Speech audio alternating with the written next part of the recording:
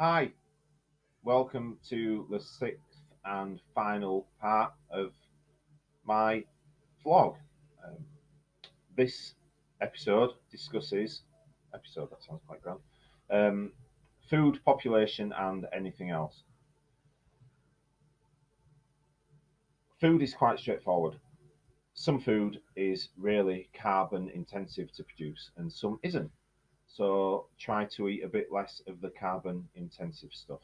Basically, and no prizes for guessing this. If you eat lots of red meat, try and reduce your meat consumption because red meat is really bad for the environment.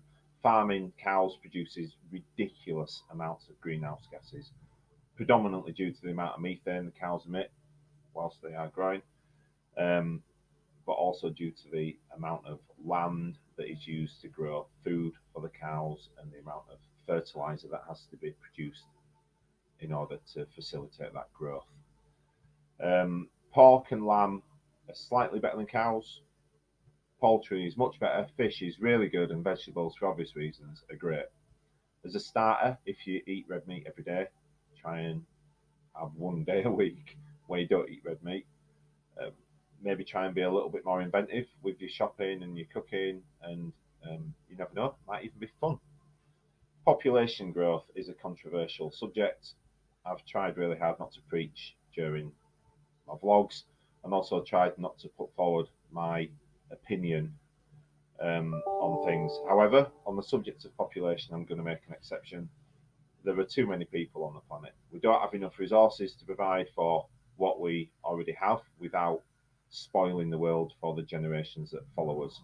On current predictions, the population could almost double in the next 50 years.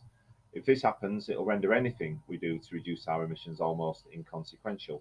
The simple fact is this: bringing loads of children into the world is foolish and selfish. And if you want more than two children, I personally can't fathom why anybody would, then foster or adopt. There's already plenty of children born who need somebody to look after them. To finish, then, a couple of obvious suggestions I'd like to make. Try and support a charity or two. Friends of the Earth, Greenpeace, obvious ones, but there are thousands of others. Finally, if you feel like you're going to do something to make a change and you think that we ought to be doing something, then try and spread the word and talk to people about it. I often get ridiculed for being an eco warrior at work, and trust me, I'm really not an eco warrior, but I'm the only person who really talks about it at all.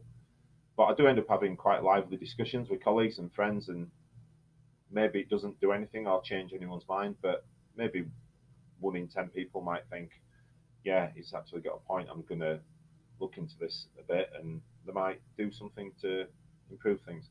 It's worth a shot.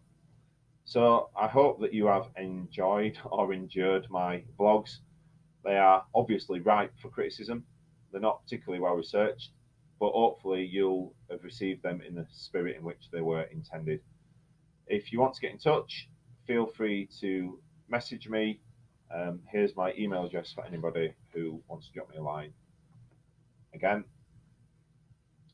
other than that, I shall say farewell, thank you for your time, and take care. Goodbye.